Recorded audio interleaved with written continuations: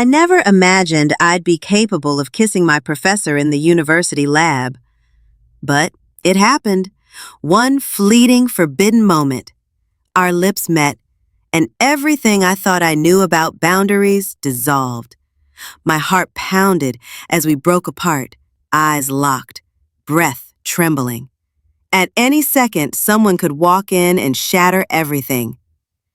It had started 4 months earlier, when I enrolled in the artificial intelligence course. Dr. Teresa Brooks, elegant, composed, and brilliant, stepped into the room, commanding silence without a word. She wasn't just a respected professor. She was everything I aspired to be. A PhD in machine learning, numerous published articles, an expert in emotional pattern recognition. I told myself it was admiration, nothing more. But I started noticing the small things, the way she adjusted her glasses when deep in thought, the soft smile that played on her lips whenever I questioned her methods. Then, one afternoon, as I struggled with a piece of code, she leaned over my screen. I smelled the faint, clean trace of her perfume. "You're trying to force convergence where no pattern exists," she said gently. I nodded, barely able to find my voice. "Got it." She straightened, her eyes warm. "You have potential, Tracy. Would you consider joining my research project? I need someone with your dedication." I said yes. It was the best and worst decision of my academic life.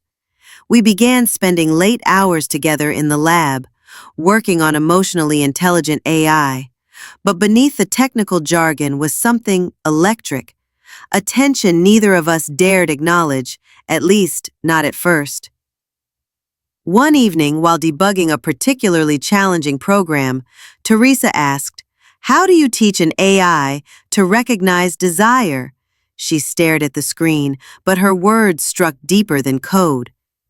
"Desire doesn't follow logic," I answered, trying to control the shake in my voice. She turned to look at me, eyes lingering too long. "Interesting perspective," she murmured.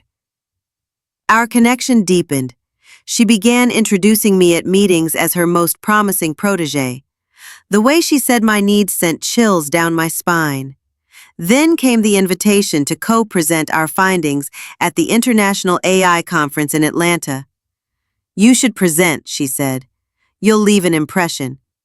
"Shouldn't you be the one up there?" "I'll be in the audience," she said softly, "cheering you on." In Atlanta, without the formality of campus life, something shifted. Our rooms had an adjoining door. I joked about it to hide how much it unnerved and excited me. She smiled and didn't deny the implications. The presentation went better than I imagined. She praised me publicly, and afterward, at the closing party, she arrived in a navy blue dress that stole my breath. "Congratulations," she said, stepping close. "I'm happy to be here with you." Her hands found my waist. My pulse thundered. "Teresa," I whispered. "I know," she said, but didn't move away. Still, we resisted. Barely. Back at the university, every lab session felt like holding my breath underwater. Teresa started assigning us late-night tasks. One night, as a simulation processed, we talked about things we'd always avoided. "You never talk about relationships," I said. She hesitated. "In my field, some orientations aren't exactly welcomed. It's easier to compartmentalize." "Orientations?" Her gaze lingered on me. "Let's just say, my matching algorithms never factored in male parameters." My heart stuttered. Mine didn't either. The silence between us was deafening. She finally said, "The results should be ready," but everything had already changed. Over the next weeks, she became distant, using written feedback instead of talking, like she no longer trusted her voice. The tension built until it broke. It was a Friday night. We were finalizing data for a paper submission. Teresa turned to me, our faces inches apart. "Tracy, I need to say something." Then we heard footsteps. She froze. We stood motionless, breaths tangled, as the janitor entered, emptied the bin, and left. Teresa's eyes shimmered. "I know this crosses every ethical line. I could lose everything and hurt your future too. But I can't keep pretending." "Teresa, let me finish debugging this," she said, our shared language softening the fear.